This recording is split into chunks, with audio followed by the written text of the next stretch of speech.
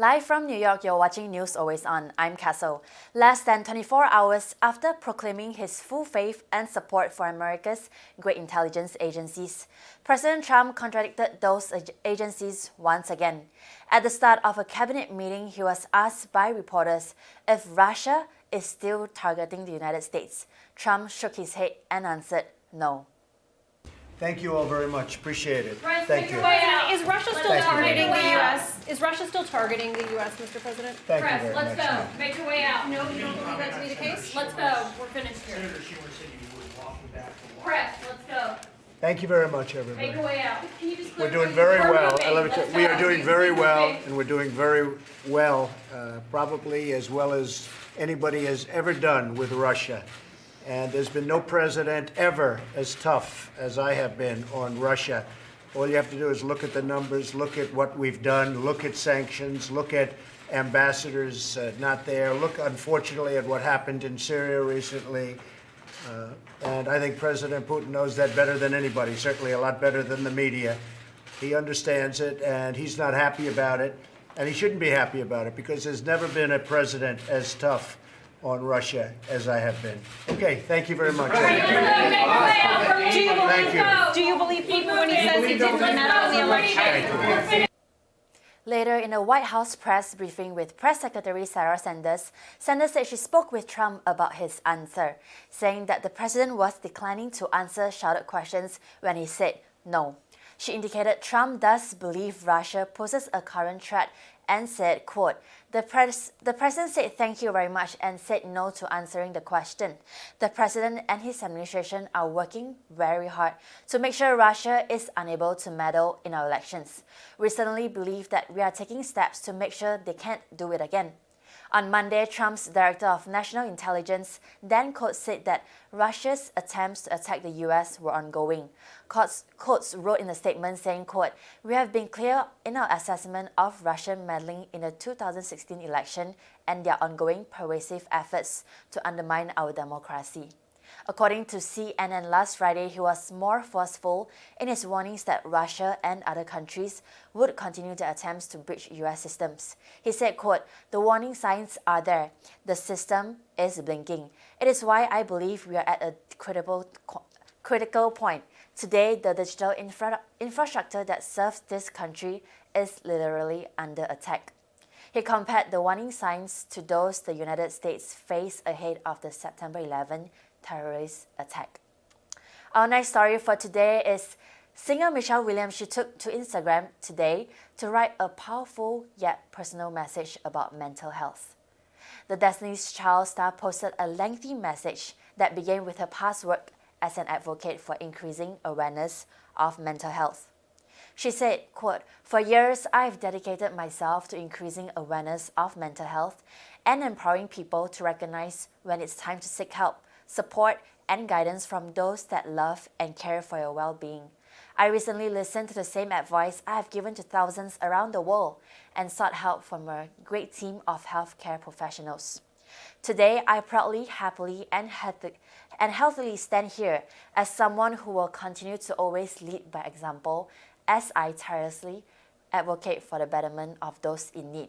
If you change your mind, you can change your life. Williams didn't give specifics of what type of mental illness she sought treatment for or what kind of treatment she is receiving. The post has more than 30,000 likes and fans immediately offered their support. The European Commission is expected to impose a $5 billion fine against Google over its Android mobile operating system. Investigators say the company has been forcing mobile home manufacturers to pre-install its apps and services, and sometimes pay them not to install competing system. If you have missed the morning newscast, here is more. 30 years.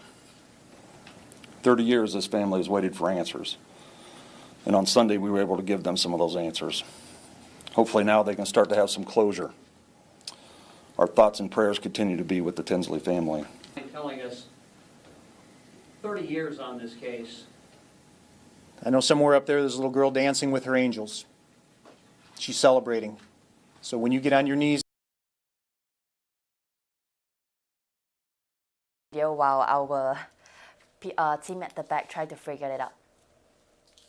Google has violated the EU antitrust laws, specifically by forcing manufacturers of Android phones to install the Google Search app and the Chrome web browser. Commissioner Margaret Vestager said in a statement, quote, Google has used Android as a vehicle to cement the dominance of its search engine.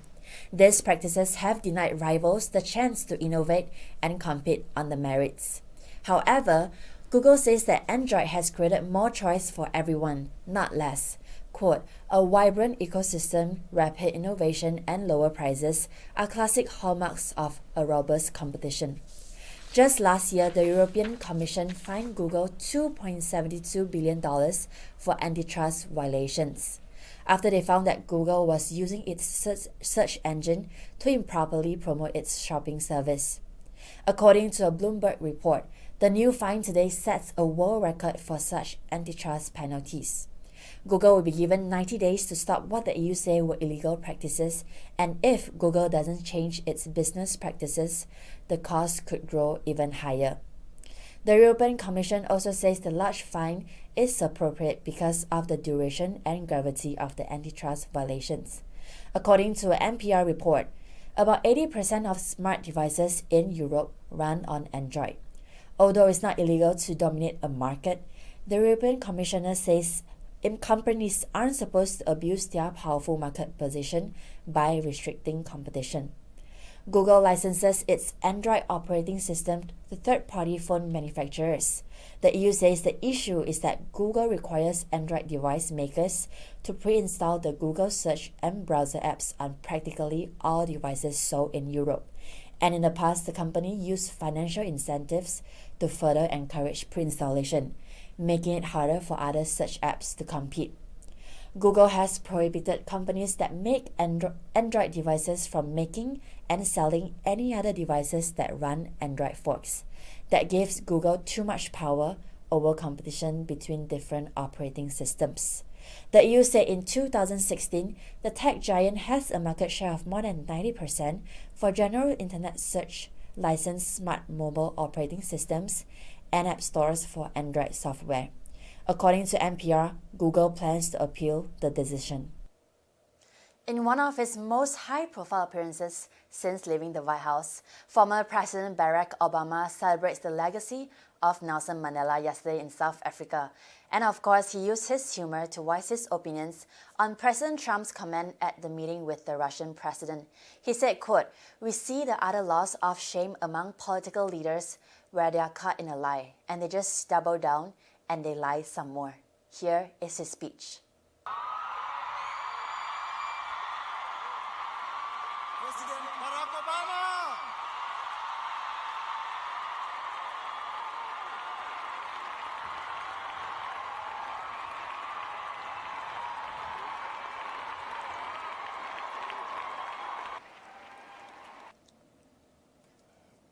But given the strange and uncertain times that we are in,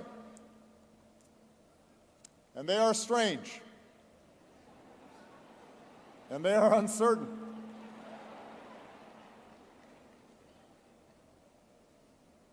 with each day's news cycles bringing more head-spinning and disturbing headlines, I thought maybe it would be useful to step back for a moment and try to get some perspective. We have a better story to tell. The free press is under attack. Censorship and state control of media is on the rise. Social media, once seen as a mechanism to promote knowledge and understanding and solidarity, has proved to be just as effective promoting hatred and paranoia and propaganda and conspiracy theories. Of that inspiration, that hope, and people just make stuff up. They just make stuff up. We see it in the growth of state-sponsored propaganda. We see it in internet-driven fabrications. We see it in the blurring of lines between news and entertainment. We see the utter loss of shame among political leaders where they're caught in a lie and they just double down and they lie some more.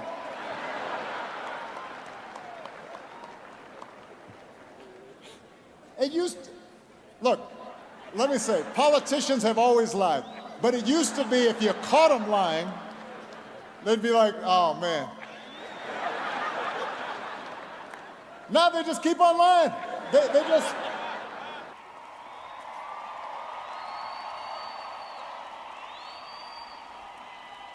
People must learn to hate. And if they can learn to hate, they can be taught to love. For love comes more naturally to the human heart. Love comes more naturally to the human heart. Let's remember that truth. Let's see it as our North Star. Let's be joyful in our struggle to make that truth manifest here on earth so that 100 years from now, future generations will look back and say, they kept the march going. That's why we live under new banners of freedom. Thank you very much, South Africa. Thank you. For News Always On, I'm Kessyl, and I will see you tomorrow.